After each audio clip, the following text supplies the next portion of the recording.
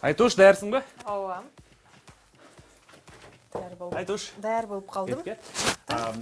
Ай списті күтіп атат, азыр студияға баралы? Баба, баралы башталып қалған тұрбай бе?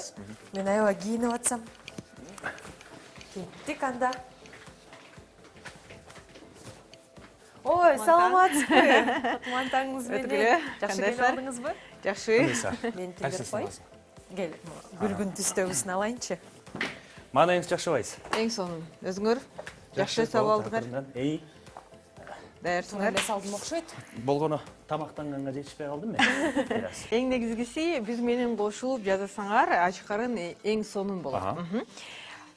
Негізге үстіңкі демалу менен бүгінгі баштайлы. Ең негізгісі өпкөсі менен чоңойто тұрған үстігі жана астыға тартабыздағы, анан ақырындық менен, қандай десем, далы менен демалуға да тура бұрызды. Эми демалабыз. Қолыңызды қой алсаңар, демалуыны кичине өзүңөр камтып, өзүңөр кандай десем, жетектейсиңер. Жетектеп кармап турасыңар. Мурдуус менен алабыз, оозубуз менен чыгарабыз ба ошондой? Негизи бүт эле демалууну мурдуубуз менен баштасак эң сонун болот да. Да, демалабыз.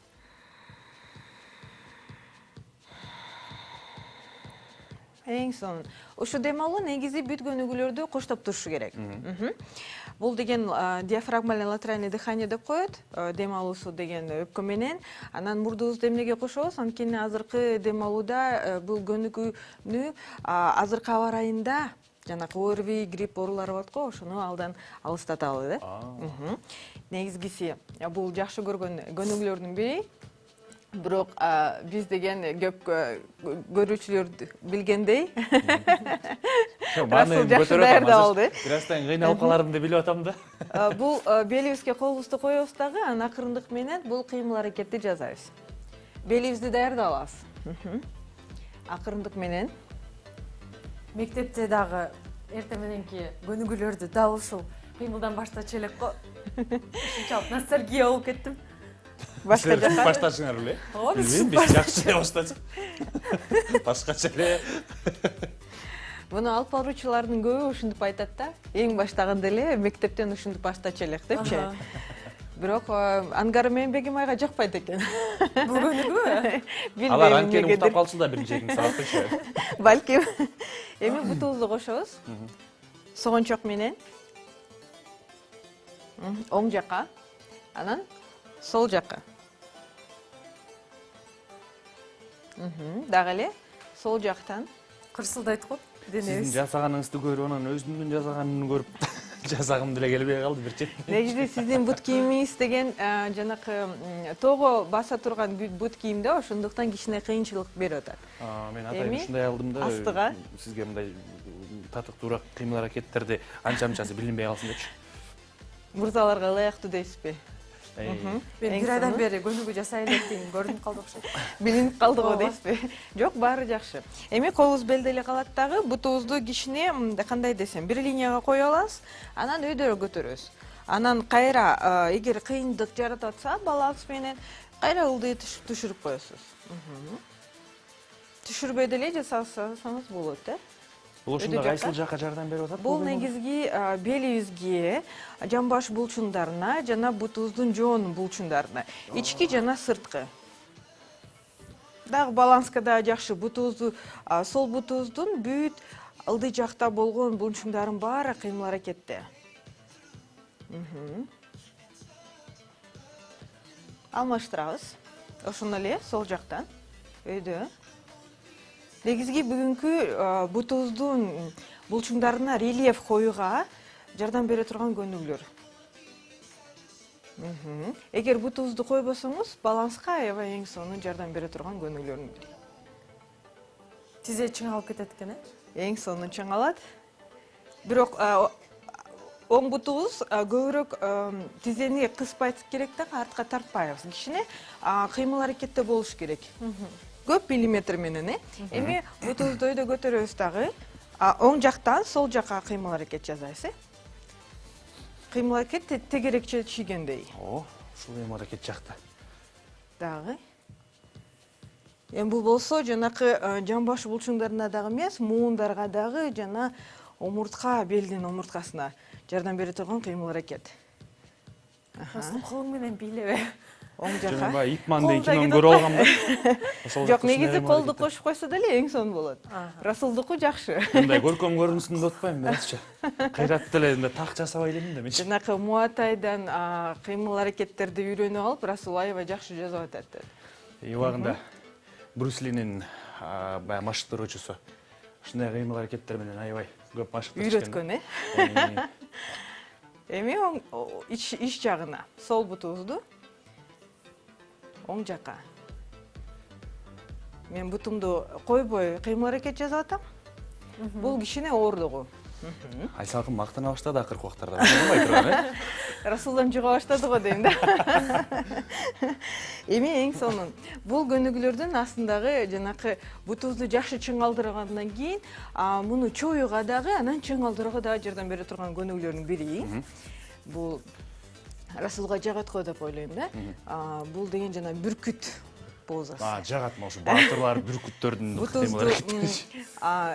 Чынжырча кыймыл-аракет жасайбыз дагы, анан кишини ылдый жакка отурабыз. Түшүндүм, Биздин бул сарказм болчу экен да, көрсөм мен бутум тартып кыйылбай. Колубузду өйдө жака дагы, колубузду чынжырча коебуз.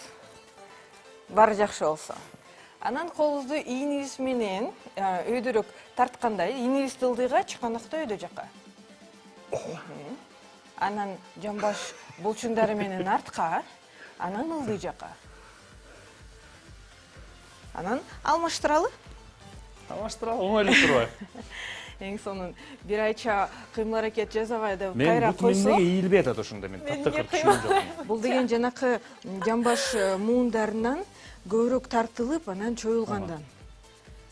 Меники жакшы чоюлган, ошондуктан кишине кыймыл-аракет көнүмүш адат болуп атат. Расул бир-бирден келе баштайт. Артка. Прести кармайбыз. Өйдөрөөк. Дагы. Өйдөрөөк. Чыканакты өйдө кылсак, биз далыбызды жакшы тартып, чоюп, астыякандыруудун артылат экенбиз. Эң сонун. Алмаштырабыз. Кандайсыз? Жакшы, жакшы. Эми ушул көнүгүүлгө окшош, буну деген бак көнүгүүсү деп коет. Бутубузду өйдө көтөрөбүз. Бул модификационный позасы.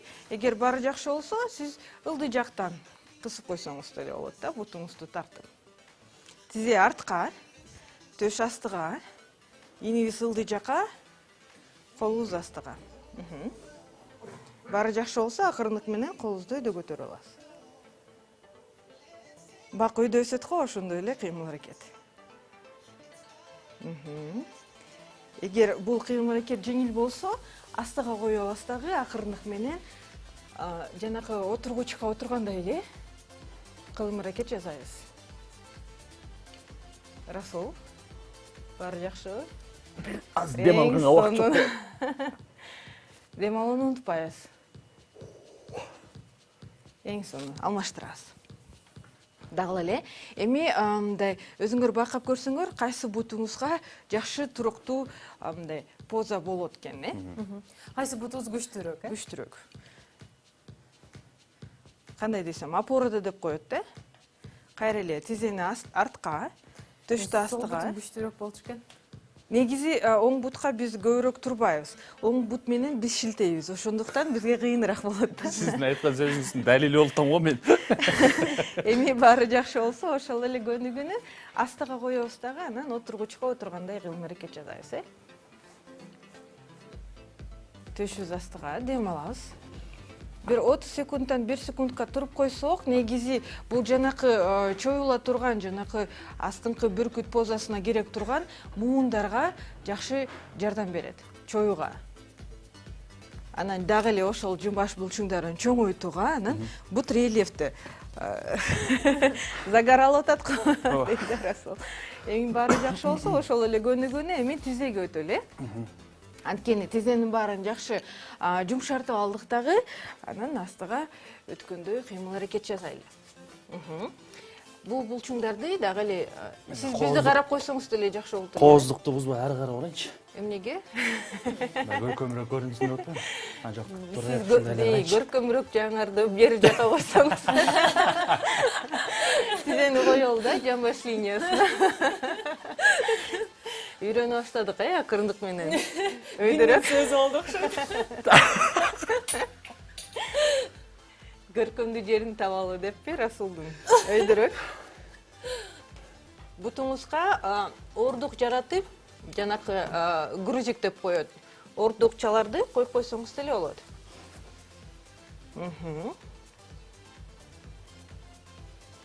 Ордуксуз деле тизени ылдыйраак түшүрбөсөңүз, Расул, жамбаш булчуңдары чыңалып атканын сизге билинет.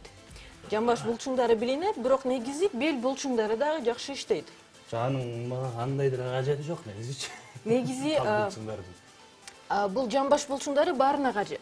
Анткени жакшы жамбаш булчуңдар белди жакшы кармап тура турган булчуңдардын бири да. Алмаштыралы. Ошондуктан бул жон булчуңдарга көбүрөөк көңүл бурушубуз керек экен. Эстетикалык жактан деле эмес, ошо жанакы биздин толку боюбузду кармай турган булчуңдардын биринде.